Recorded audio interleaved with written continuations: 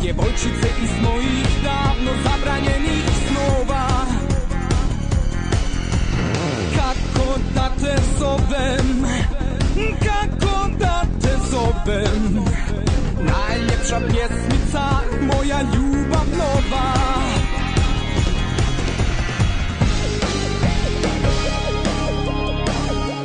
Zvaću te